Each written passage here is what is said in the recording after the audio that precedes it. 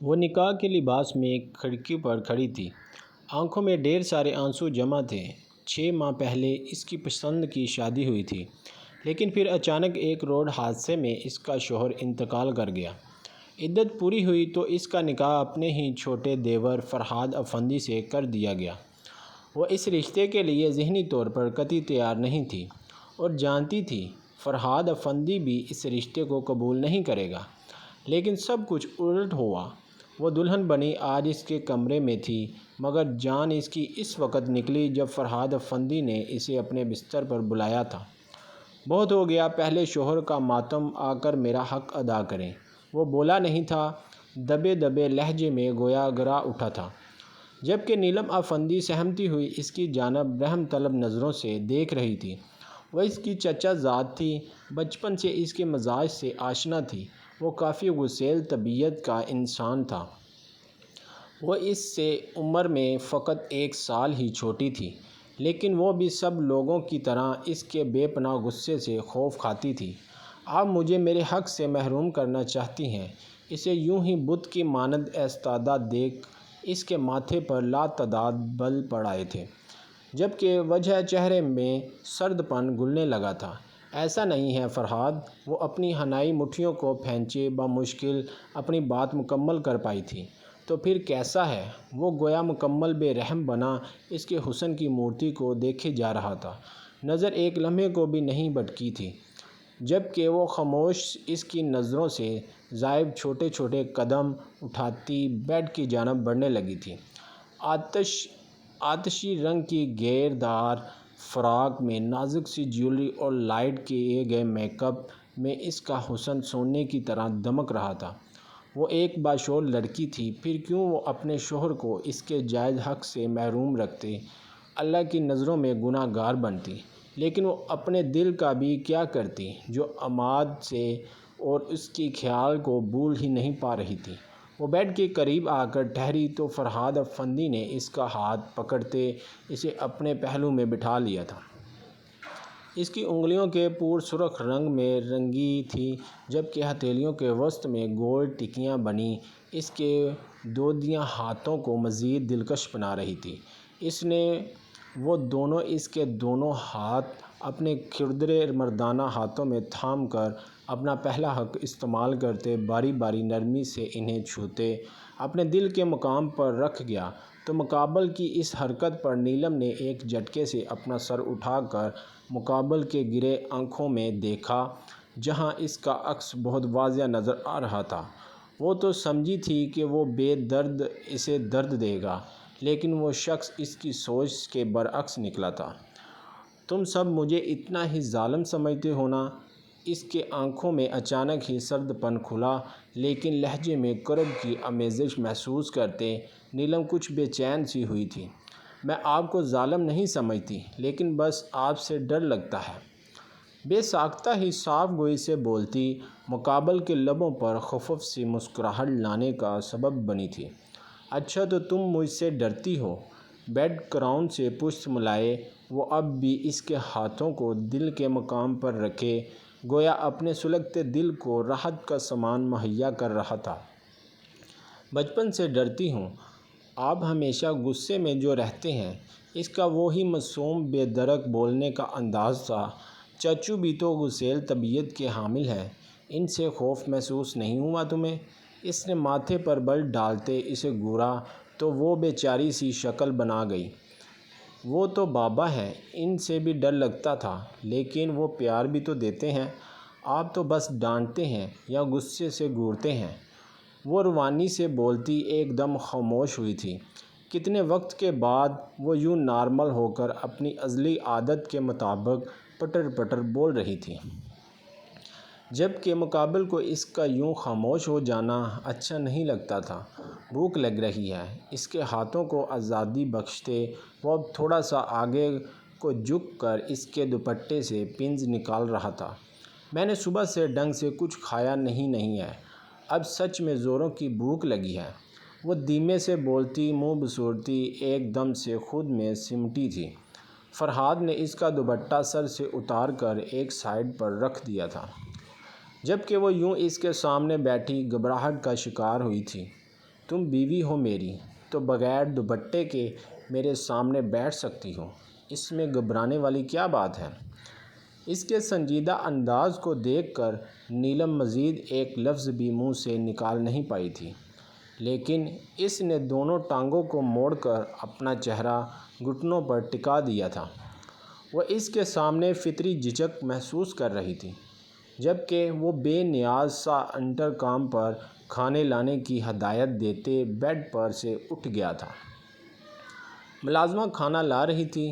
جب تک میں شاور لے کر چینج کر لیتا ہوں تم یہیں سکون سے لیٹ جاؤ، وہ اپنے ازلی باروب انداز بولتا ڈریسنگ روم کی جانب بڑھ گیا تھا۔ اس نے وائٹ شلوار قمیض پر بلیک کوٹ پہن رکھا تھا جو اس کی شاندار پرسنالٹی کو سوٹ کر رہا تھا، لیکن وہ عام لباس میں خود کو پرسکون پاتا تھا۔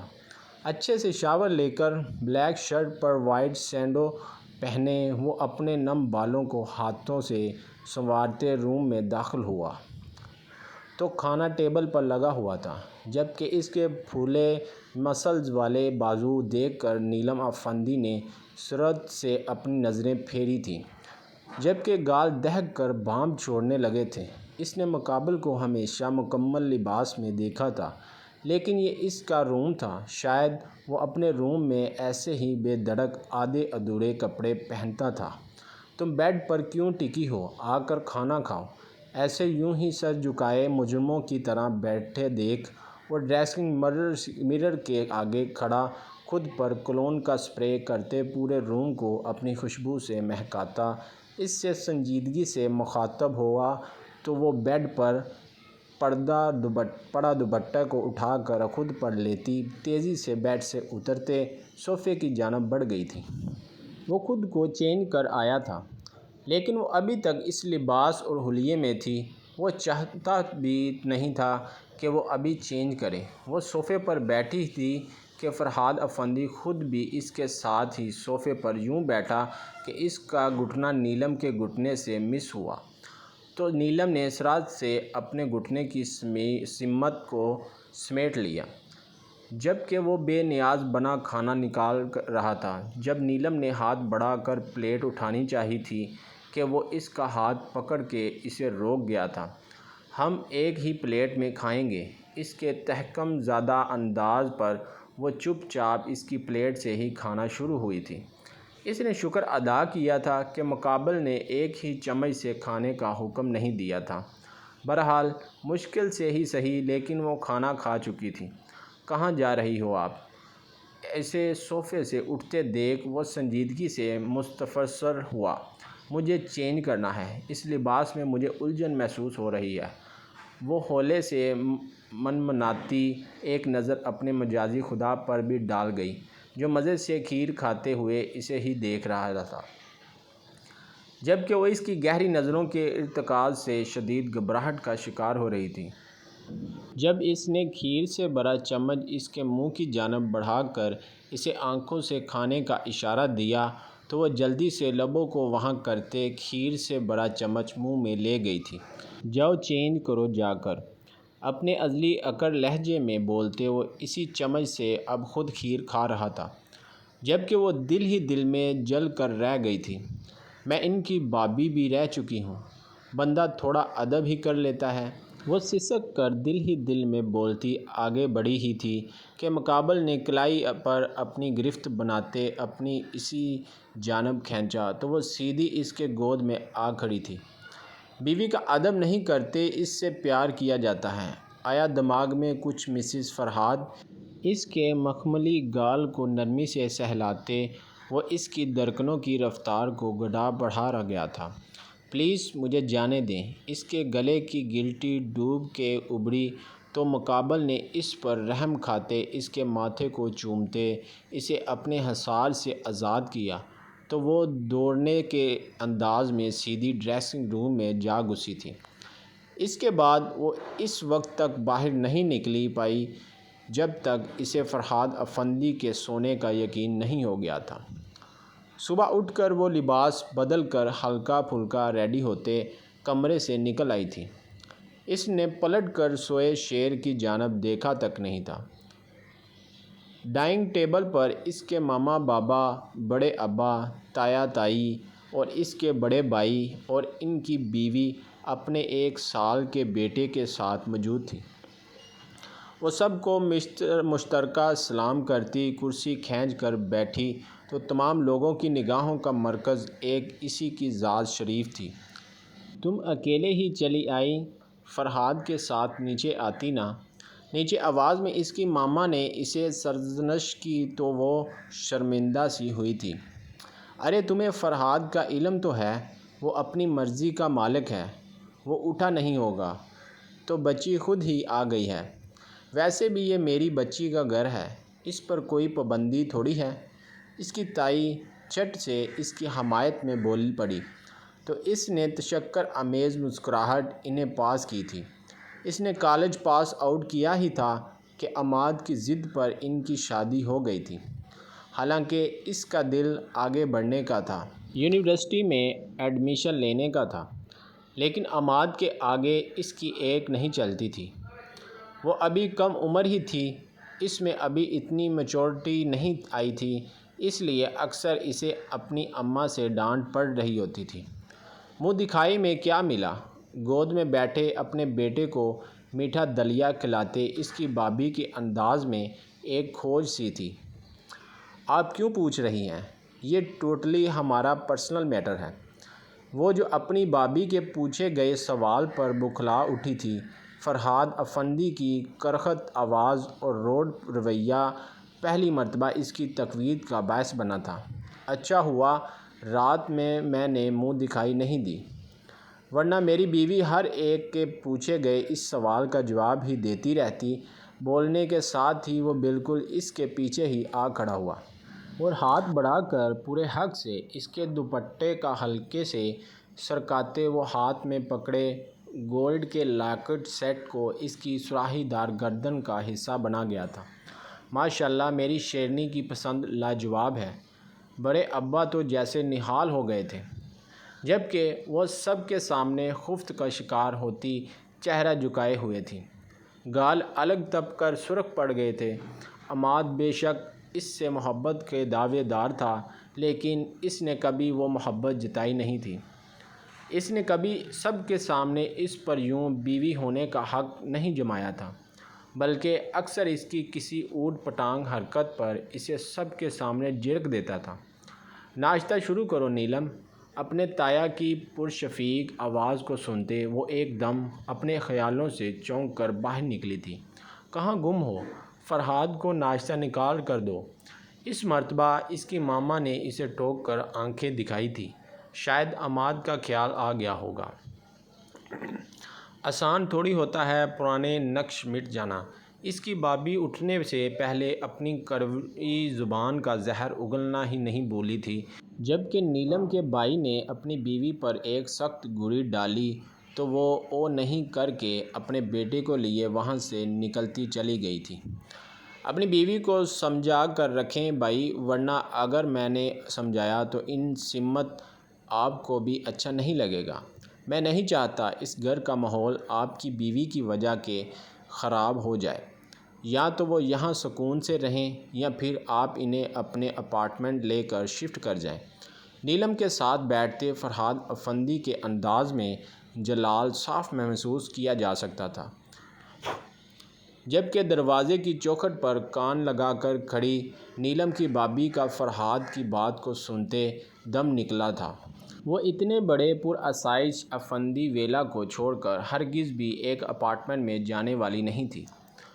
فرحاد تم غصہ مت ہو، میں تمہاری بھابھی کو سمجھا دوں گا۔ آج کے بعد وہ نیلم پر کوئی طنز یا طعنہ نہیں کسے گی، اور ویسے بھی میری قطر کے فرم میں جاب کنفرم ہو گئی ہے۔ میں جلد اسے لے کر چلا جاؤں گا۔ اس کی طرف سے میں معذرت کرتا ہوں۔ وہ ایک سمجھدار انسان تھا، جبھی معاملے کی نزاکت کو سمجھتے اسے رسان سے ٹھنڈا کرنے لگا تھا۔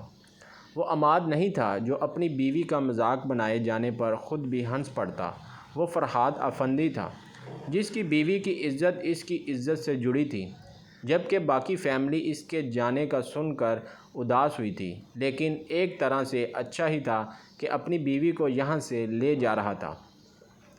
ورنہ وہ اپنی عادات کی وجہ سے ہر ایک سے جھگڑا شروع کر دیتی تھی اور طنز کرنا تو گویا واجب تھا اس پر۔ میری بیٹی خوش تو ہے نا؟ فرحاد کا سلوک کیسا تھا تمہارے ساتھ؟ وہ ایک ماں تھی اور ایک ماں کے اتنے تحفظات تو بنتے ہی ہیں نا۔ وہ اسی وہم میں یہ سوال کر رہی تھی۔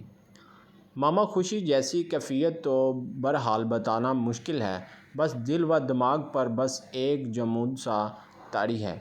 اور جہاں تک رہی فرحاد کی بات تو وہ بے شک غصے کے تیز ہیں، لیکن کل میں نے ان کا ایک الگ ہی انداز دیکھا۔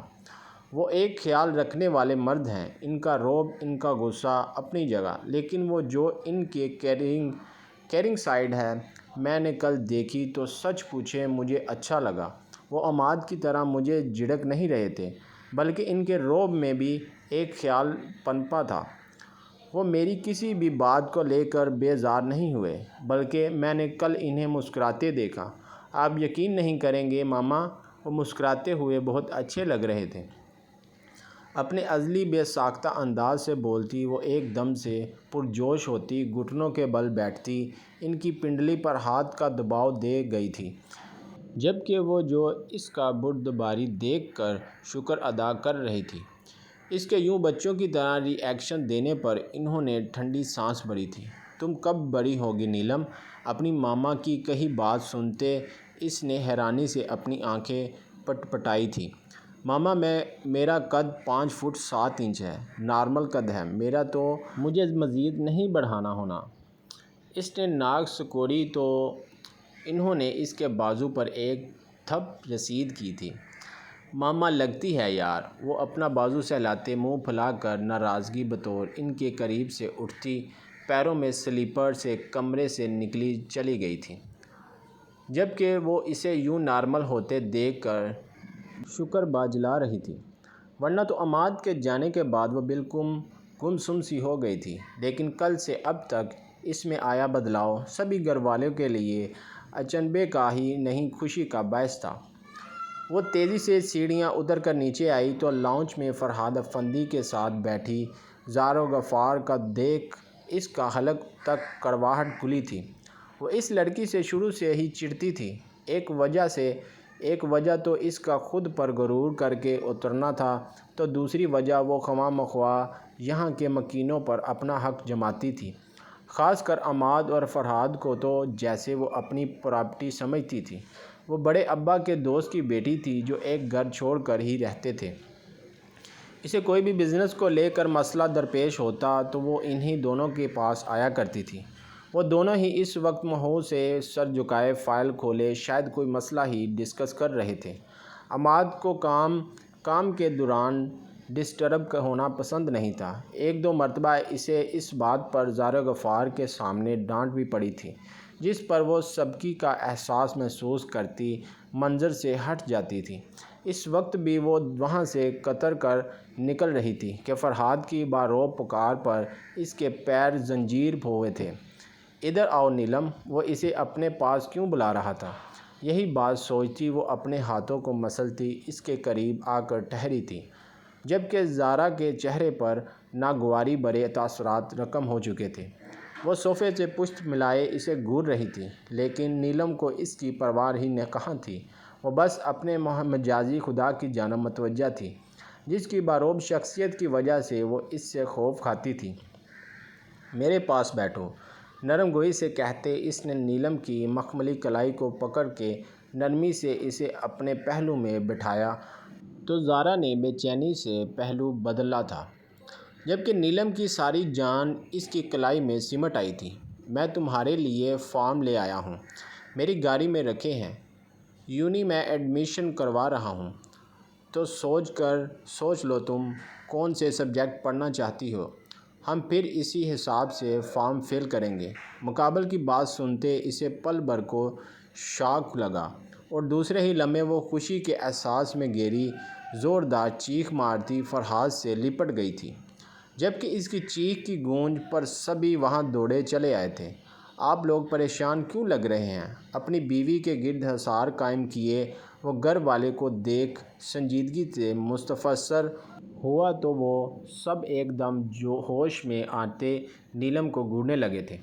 سوری خوشی میں چیخ تھوڑی اوپر ہو گئی۔ معصومیت سے کان کی لو چھوتی وہ معذرت خواہ ہوئی تو سب کے لبوں پر اس کی وجہ سے مسکراہٹ گل گئی تھی، جبکہ فرحاد افندی نے بے ساختہ جگتے اس کا سر چوما تھا تو وہی زارا غفار جل بن گئی تھی۔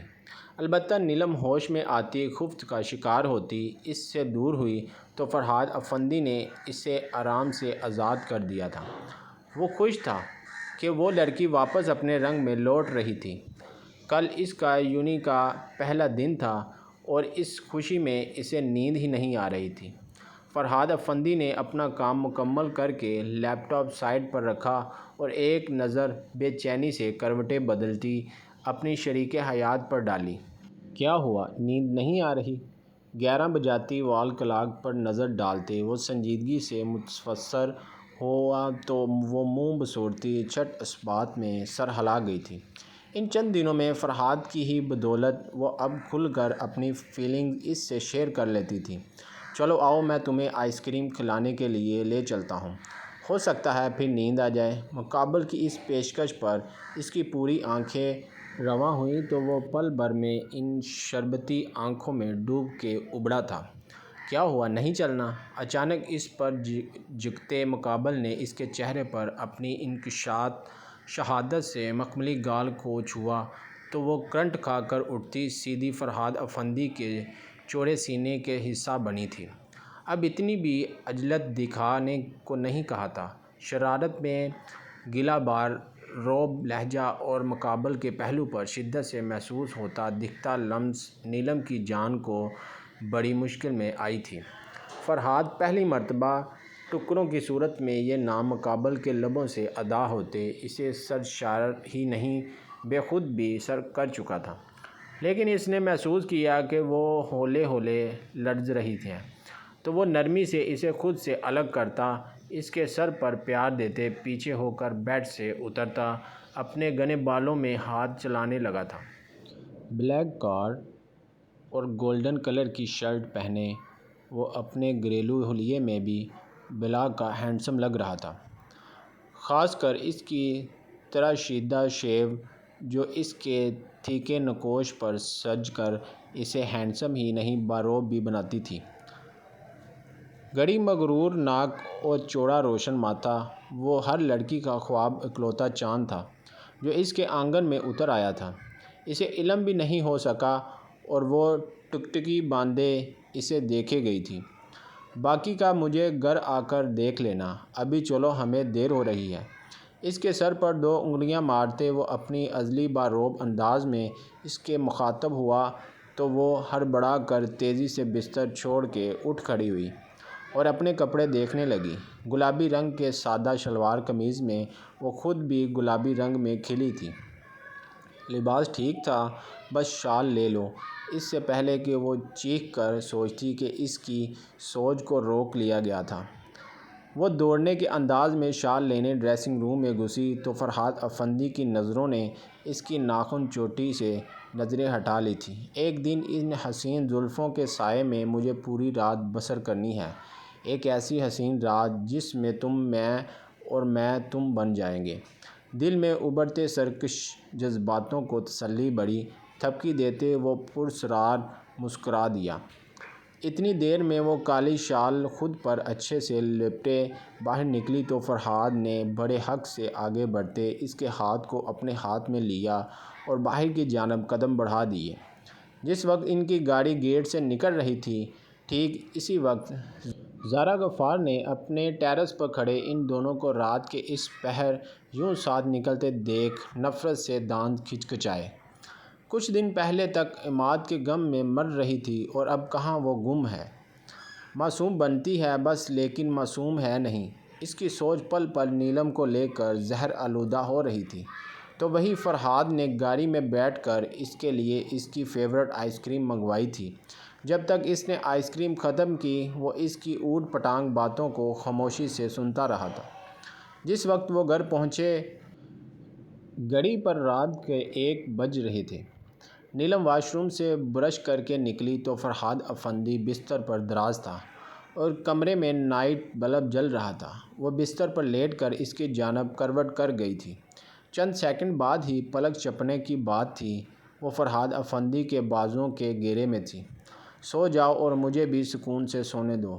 اس نے گھبرا کر مزاحمت کرنی چاہی کہ مقابل کی گمبھیر آواز اس کی سماعت کی نذر ہوتی ہے، اسے ساکت کر گئی تھی۔ شب بخیر۔ اس کی کانپتری کو چومتے وہ پرسکون ہوتا آنکھیں موند گیا تھا، جبکہ وہ بے ترتیب دھڑکنوں کے ساتھ اس کے سینے میں چھپی تھی۔ یونیورسٹی کا گیٹ پار کرتے ہی اس کی پہلی نظر ہی سیدھی اپنے مجازی خدا کی جانب اٹھی تھی، جو چارکول گرے پینٹ کوٹ میں سن گلاسز لگائے گاڑی سے پشت ملائے شاید اسی کے انتظار میں تھا، جبکہ سب صنف ناظر کی نظریں اسی چارمنگ کی جانب اٹھ رہی تھیں، جو اپنی شاندار شخصیت کی وجہ سے ہر ایک کی نظروں کا مرکز تھا۔ وہ ایک دوسرے کے کان میں گسی لڑکیوں کو دیکھتے تیزی سے فرحاد افندی کے قریب ہوئی تھی۔ یونیورسٹی کا پہلا دن کیسا رہا؟ وہ اس کے لیے فرنٹ ڈور کھولتا سنجیدگی سے مخاطب ہوا تو وہ اچک کر پیسنجر سیٹ پر جا بیٹھی تھی۔ اچھا تھا، مختصر جواب دیتے اس نے ڈیش بورڈ پر رکھی پانی کی بوتل کا سیل کھول کر اسے لبوں سے لگاتے آدھا خالی کر دیا تھا۔ اتنے میں فرحاد افندی گاڑی کا ڈور کھول کر ڈرائیونگ سیٹ سنبھال چکا تھا۔ اس سے پہلے کہ وہ پانی کی بوتل واپس رکھتی، اس نے نیلم کے ہاتھ سے پانی کی بوتل لی اور وہ باقی بچا ہوا پانی وہ خود پینے لگا تھا۔ میرا جھوٹا ہے، وہ تیزی سے بولی، لیکن وہ چند سیکنڈ میں بوتل خالی کر گیا۔ تمہارا جھوٹا ہے تو کیا ہوا؟ پانی زہریلا ہو گیا ہے کیا؟ وہ خالی بوتل ڈیش بورڈ پر ڈالتے جھک کر اس کی سیٹ بیلٹ لگانے لگا تو نیلم سیٹ میں دنس تھی۔ مقابل کی دہکتی سانسیں اسے اپنی تھوڑی پر شدت سے محسوس ہوئی تو وہ اپنی سانسیں تک روک گئی تھی۔ جبکہ وہ بے نیازی سے سیدھا ہونے لگا تو اس کے لب نیلم کی تھوڑی سے مس ہوئے تھے، جس سبب نیلم کے پورے وجود میں ایک کرنٹ سا دوڑ گیا تھا۔ وہ ایک دم سے سہمی تھی۔ کسی کا جھوٹا کھانا اچھی بات نہیں ہوتی، اس نے عماد کا کہا جملہ دہرایا تھا، جو اس نے نیلم کی عادت کو ٹوکتے ہوئے کہا، کوئی نہیں بلکہ میری وائف ہو، میں آپ کا شوہر ہوں اور ہم ایک دوسرے کا جھوٹا کھا پی سکتے ہیں۔ تمہیں اگر اعتراض ہے تو تم میرا جھوٹا مت کھانا پینا۔ گاڑی روڈ پر ڈال کر احتیاط سے چلاتے مقابل کی ساری توجہ کا مرکز نیلم افندی کی ہی ذات تھی۔ کچھ کھاؤ گی؟ اس کی خاموشی مقابل کو اچھی نہیں لگی تو وہ اسے مزید بولنے کے لیے اکسانے لگا۔ مجھے بھوک لگی ہے، لیکن گھر چل کر کھائیں گے۔ تائی امی نے کہا تھا کہ وہ آج لنچ میری پسند کا بنوائیں گی۔ وہ جو عماد اور فرحاد کا موازنہ کرنے میں مگن تھی، فرحاد کے پوچھے گئے سوال کو سنتی اب مخصوص انداز میں بولنا شروع ہوئی تو پورے رستے ہی بولتی رہی تھی۔ اس نے آج یونیورسٹی میں کیا پڑھا، پروفیسر کیسے ہیں، وہ سب مزے سے اسے بتا رہی تھی۔ اس کے چہرے پر بچوں جیسی چمک اور رونق تھی۔ فرحاد افندی کو اس کا یہی بے ساختہ معصوم انداز ہی تو اچھا لگتا تھا، لیکن اس کی بائی کی زندگی میں رہتے وہ اپنے یہ رنگ تقریباً کھونا شروع ہو گئی تھی۔ لیکن فرحاد افندی اس کے وہی سب رنگ واپس لا رہا تھا۔ اس کے بھائی نے جو اس کے ساتھ ظلم کیا تھا، یہ سب اس کی تلافی تھی، لیکن وہ یہ نہیں جانتا تھا کہ عنقریب اسے نیلم سے شدید والی محبت ہو جائے گی۔ اچانک ہی کچھ عرصے کے لیے فرحاد کو ملک سے باہر جانا پڑا۔ وہ کسی بزنس کورس کے سلسلے میں امریکہ جا رہا تھا۔ صبح اس کی فلائٹ تھی۔ اس نے اپنی ساری پیکنگ خود کی، اب بس وہ ایک مخصوص کالے بیگ میں اپنے ضروری کاغذات چیک کر کے رکھتے جا رہا تھا۔ جب نیلم کمرے میں داخل ہوئی تو وہ بیگ کی زپ بند کرتا بیگ ایک طرف رکھ گیا تھا۔ آپ کی کافی؟ نیلم نے اسے کافی پکڑائی تو وہ اس کے ہاتھ سے کافی کا مگ تھام کر سائڈ ٹیبل پر رکھتے اس کا ہاتھ پکڑتے اسے اپنے پہلو میں بٹھا گیا تو وہ سوالیہ نظروں سے اس کی جانب دیکھنے لگی۔ مجھے یاد کریں گے؟ نہ جانے کیوں مگر اچانک ہی وہ اس سے یہ سوال پوچھ گیا تھا۔ پتہ نہیں، شاید ہاں یاد کروں گی، وہ کچھ کنفیوژن صاف کوئی سے بولی تھی، جبکہ نہ جانے کیوں مگر اسے نیلم کا یہ جواب پسند نہیں آیا تھا۔ شاید وہ اس کے منہ سے کچھ اور سننے کا متمنی تھا۔ ان کی شادی کو 1 ماہ کا عرصہ گزر چکا تھا۔ ان کے درمیانی شوہر بیوی والا تعلق نہیں تھا، مگر ان کے بیچ کافی حد تک دوستانہ تعلق بن گیا تھا۔ نیلم اب بے جھجک اس سے دل کی بات کہہ جاتی تھی۔ چلو ٹھیک ہے، یاد آؤں تو کال کر لینا۔ خیر مجھے وہاں زیادہ عرصہ بھی لگ سکتا ہے، تو یہاں تم نے خوب دل لگا کر پڑھنا ہے۔ مجھے پڑھائی سے متعلق کوئی شکایت نہیں ملنی چاہیے۔ باقی تم جیسے چاہو رہو، مگر اپنے بیڈ روم کے علاوہ کہیں مت سونا۔ رات دیر تک مت جاگنا۔ ڈرائیور تمہیں کال کرے تو اسی وقت یونیورسٹی سے باہر آنا۔ اپنا اور سب گھر والوں کا اچھے سے خیال رکھنا۔ وہ اس کا ہاتھ تھامے اسے مزید چند ہدایات دیتا ہلکا سا جھکا اور اس کے سرخی مائل گال کو جو کب سے اس کی توجہ بھٹکا رہے تھے، اپنے لمس سے ان کی رنگت اناری کر گیا تھا، جبکہ مقابل اس کی لمس کی حد کو پاتے از حد گھبرا اٹھی تھی۔ پلکیں زمین پر سنجیدہ ریز تھی تو دھڑکنیں گویا منہ تک آئی تھیں۔ چلو اب سوتے ہیں، ورنہ وقت پر آنکھ نہیں کھلے گی۔ نرم گوئی سے کہتے وہ اسے لیے لیٹ گیا تو وہ خاموشی مگر تیز تیز دھڑکتی دھڑکنوں کے ساتھ اس کے وجود کا حصہ بنی ہوئی تھی۔ اس کے لیے یہ لمس فرہاد افندی کا استحقاق سے چھونا ہر چیز سے نئے احساس سے دوچار کر رہی تھی، اور اسے یہ سب برا نہیں اچھا لگ رہا تھا۔ اور پھر فرہاد افندی چلا گیا۔ اس